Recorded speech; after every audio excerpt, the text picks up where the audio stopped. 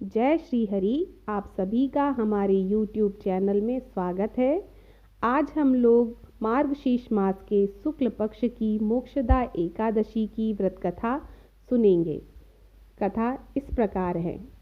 महाराज युधिष्ठिर ने कहा, हे भगवान, आप तीनों लोकों के स्वामी, सबको सुख देने वाले और जगत के पति हैं। मैं आपको नमस्कार करता हूँ। हे देव, आप सबके हितैषी हैं, अतः मेरे संशय को दूर करके मुझे बतलाएं कि मार्गशीर्ष एकादशी का क्या नाम है, उस दिन कौन से देवता का पूजन किया जाता है और उसकी क्या विधि है, कृपया मुझे बतलाइए। भक्तवत्सल भगवान श्री कृष्ण कहने लगे कि हे धर्मराज, तुमने बड़ा ही उत्तम प्रश्न किया है। इसके सुनने से तुम्हारा यश संसार में फैलेगा। मार्गशीर्ष शुक्ल एकादशी अनेक पापों को नष्ट करने वाली है। इसका नाम मोक्षदा एकादशी है।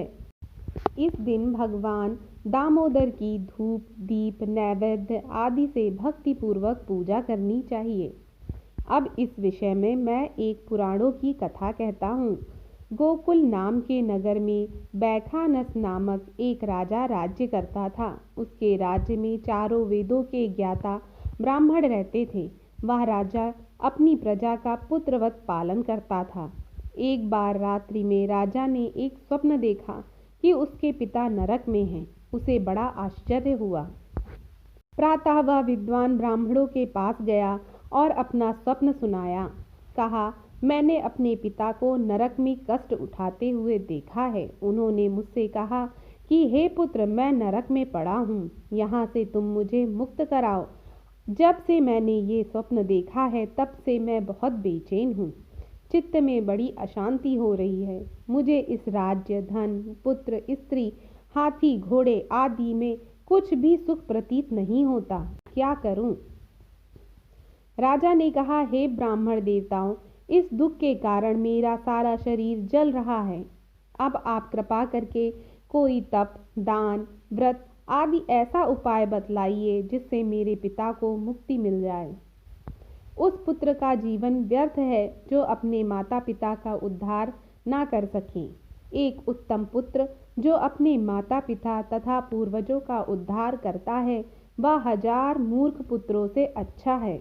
जैसे एक चंद्रमा सारे जगत में प्रकाश कर देता है, परंतु हजारों तारे नहीं कर सकते। ब्राह्मणों ने कहा, हे राजन, यहाँ पास ही भूत, भविष्य और वर्तमान के ज्ञाता पर्वत ऋषि का आश्रम है। आपकी समस्या का हल वे जरूर करेंगे। ऐसा सुनकर राजा मुनि के आश्रम पर गया। उस आश्रम में अनेक शांत चित्त योगी और मुनि तपस्या कर रहे थे।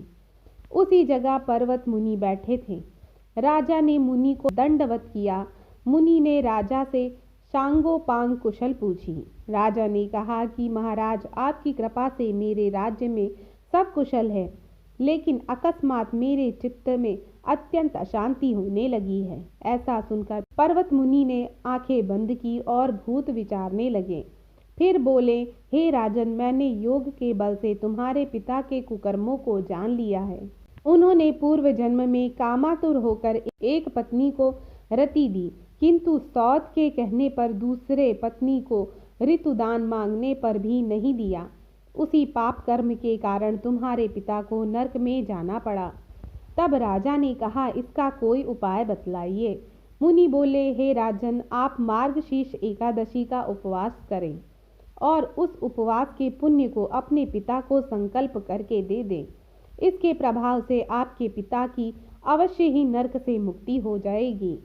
मुनि के ये वचन सुनकर राजा महल में आया और मुनि के कहने के अनुसार कुटुंब सहित मोक्षदा एकादशी का व्रत किया। इसके उपवास का पुण्य उसने पिता को अर्पण कर दिया। इसके प्रभाव से उसके पिता को मुक्ति मिल गई और स्वर्ग में जाते हुए वे पुत्र से कहने लगे, हे पुत्र, तेरा कल्याण हो। यह कहकर स्वर्ग चले गए। मार्गशीर्ष मास की शुक्ल पक्ष की मोक्षदा एकादशी का जो व्रत करते हैं, उनके समस्त पाप नष्ट हो जाते हैं। इस व्रत से बढ़कर मोक्ष देने वाला कोई और अन्य व्रत नहीं है। इस कथा को पढ़ने या सुनने से वाजपेय यज्ञ का फल मिलता है। यह व्रत मोक्ष देने वाला तथा चिंतामणि के समान सब कामनाएं पूर्ण करने वाला है। आपको हमारी वीडियो अच्छी लगी हो तो लाइक और शेयर ज़रूर करें और हमारी अगली वीडियो पाने के लिए चैनल को सब्सक्राइब करें। जय श्री हरि।